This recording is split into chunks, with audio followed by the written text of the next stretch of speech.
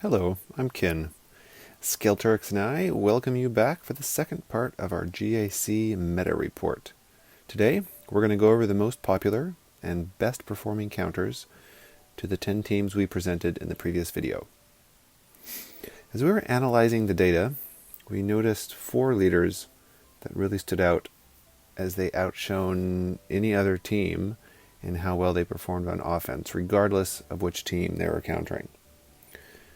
These 4 exceptional performers are Jedi Knight Revan, Darth Revan, General Skywalker, and Padme Amidala. You can see on the screen the team iteration in which they were most often used, which, coincidentally, also happened to be the best performing in almost all of the cases. We decided to call these teams the super counters. The reason why we're showing them now is to free up spots for other counters. Otherwise, we'd basically be telling you they're the best counters to everyone, and that would be the end of the video, and you would have learned nothing new. We will not display them again unless they are a major counter, which we measure by having over 10% more presence than all the counters used. But keep in mind, they are almost always the best option if you have them available. Let's start with the best performing counters to General Grievous. Here's a good example of what we were talking about earlier. As Grievous is a particularly strong defensive leader, the best and most common teams to beat him happen to be the super counters. Keep in mind that we're only considering a full team of 5v5 in this list of counters. We will take a look at the undersize counters later on. In terms of consistency, it's no surprise that General Skywalker is the best to beat Grievous. Darth Revan is a close second, but he does struggle a bit versus the Grievous teams with BB-8 in them. This is due to the initial onslaught of damage caused by the bonus TM that BB-8 brings. Padme, Bastila, and Revan aren't as good as the previous two, but still have a pretty good win rate as long as Watt isn't there. However, with Watt in the team, their win rate does drop significantly. Bastila especially being the worst, with hers going down to a mere 40%. Last, but certainly not least, Mother Talzin shows an interesting phenomenon here, with her win rate actually going up against Grievous teams with BB-8, probably because of the more deaths on her team speeding her up. Now, let's take a look at the undersized counters. The clear winner, and by far the most effective undersized counter, is Supreme Leader Kylo Ren, which wins almost 100% of the time with 63 banners. It's an amazing counter. The rest of the undersized counters are only versions of the previous teams with one less member, and are most likely only used when there's a gear advantage from the attacker side. Geonotions. The most popular counter to the Geonotions is one with whom most people are familiar, Darth Treya. Both Mother Talzin, Night Sisters, and General Grievous teams do have a slightly higher success rate, but are far less common. In terms of variety, the Geonosian team is normally static, so the various counter teams don't really change in terms of their banners and win rate. The main difference being the Jawas, which are actually used basically as much as Mother Talzin and Grievous combined, though their success rate is terrible. Undersizing Geonosians with Treya is very popular, and for good reasons. Both an excellent banner result and win rate. The super counters of General Skywalker and Darth Revan do actually have better win rates, but are used far less frequently. Bosk teams are not that difficult to beat, and you don't need a super counter to do it. Rey, Jedi Training, is certainly the most popular, and for good reason, but Commander Luke Skywalker is a strong second choice as well. In terms of consistency, both Rey and Luke put out a strong performance regardless of who's on the Bosk team. The Geonotions do well, but against teams with AoE damage and ability block, they tend to struggle. The Veer's team, the Imperial Troopers, do quite well in terms of banner, the highest, but we do not currently have the ability to check the speeds in our data. So for the Veer's team, the turn order is quite important, and that probably accounts for the lower win rate compared to the other teams. When they do win, it's very high banners. Interestingly, for undersized, JTR and Rey are the most popular, but Malik is also tried occasionally and fails nearly a third of the time. Not a good choice to use Malik against the Bosk teams. The counters to Kylo Ren unmasked teams are quite varied, and the most popular team to use is not actually the best one for banners. The KRU teams do have quite a variety of First Order members that are often on the teams, and this can affect the counter that is chosen and the results you get from that counter. The most important part about countering them is knowing which counter to choose. Grievous and Shakti are the exceptions here, since they tend to get excellent results no matter who is on the Kylo Ren unmasked team.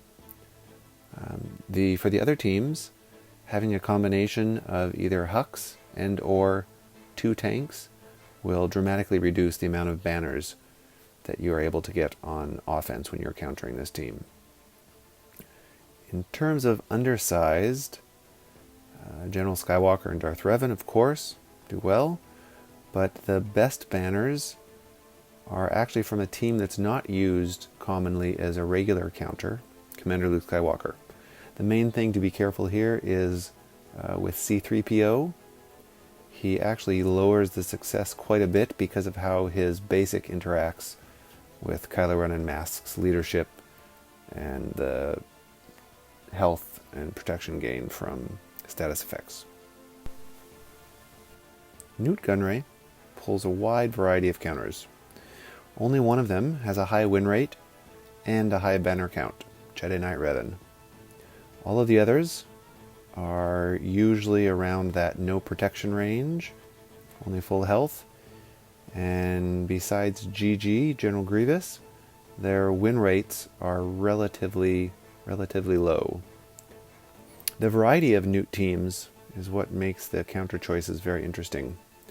When Watt is on the team, almost all of the counters perform more poorly, Jedi Knight Revan and Grievous being the exceptions here.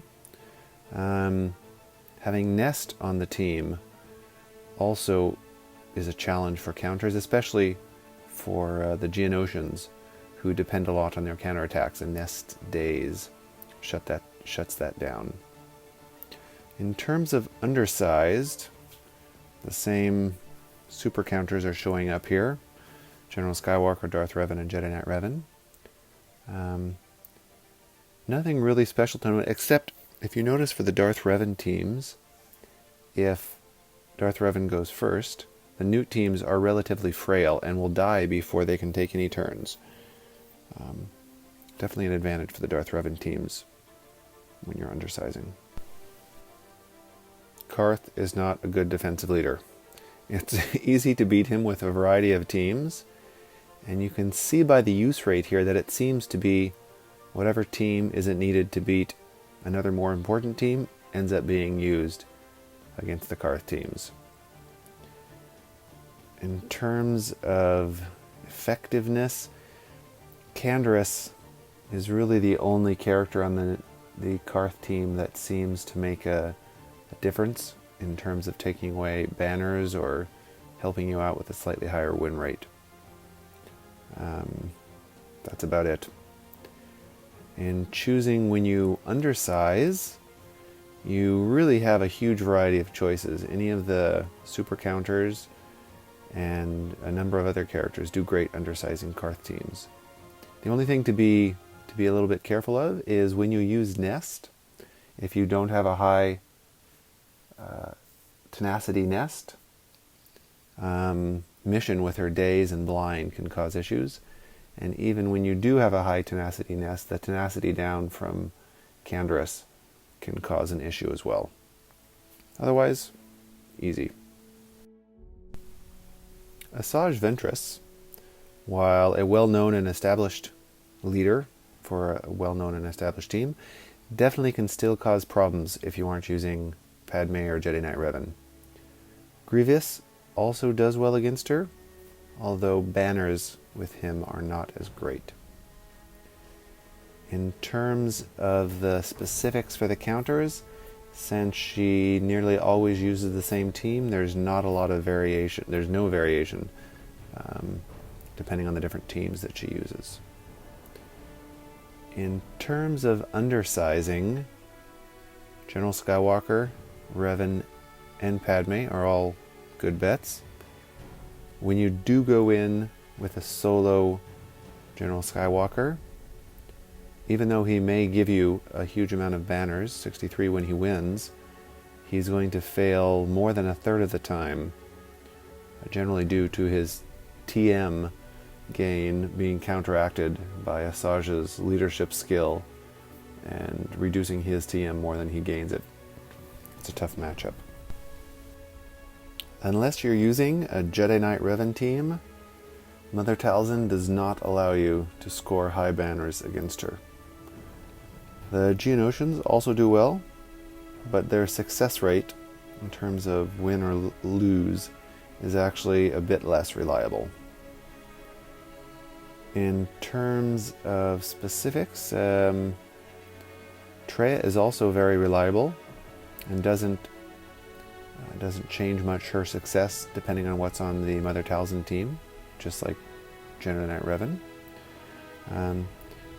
Nest does cause her a bit of issues, similarly to Palpatine and the Geonotions, because of the AoE days that Nest provides. In terms of undersizing, if you're a super counter, you can undersize the Mother Talzin team most likely. One very interesting note is Darth Treya actually has a higher success rate undersizing than when fighting 5v5. Normally, this should be expected due to outgearing the opponent's Mother Talzin team and putting in your higher gear level Darth Treya team to get easy banners and an easy win. With the exception of Darth Revan, Padme commands a very broad amount of teams used to counter her.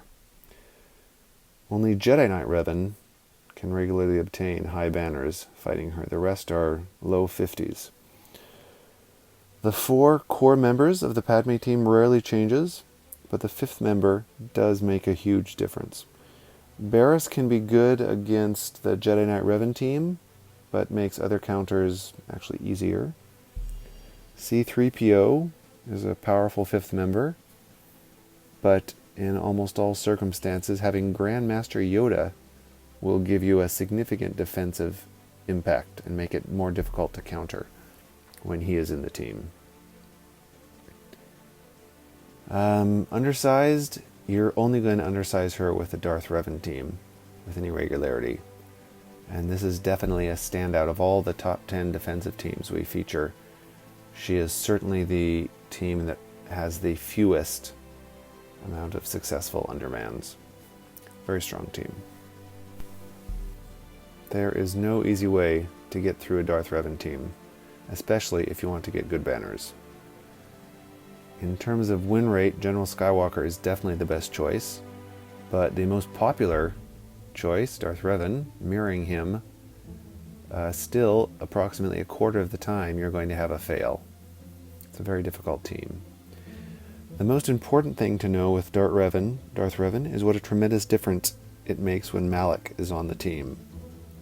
Without Malak on the Darth Revan team, Padme has nearly the same success and banners as the General Skywalker team.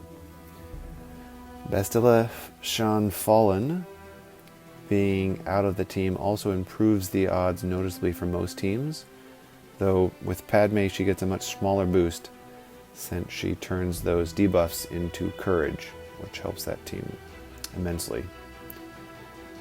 In terms of undersizing, it doesn't happen that often.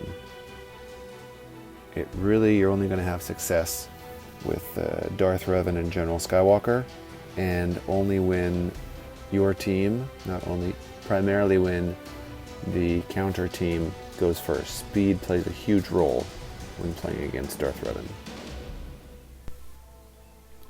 Thank you for watching part 2 of the Meta Report. All of the feedback has been really, really appreciated. If you do want to help expand our testing range and future reports, you can leave a comment below the video with a link to your guild page on swgoh.gg. Thank you again, and talk to you in part 3.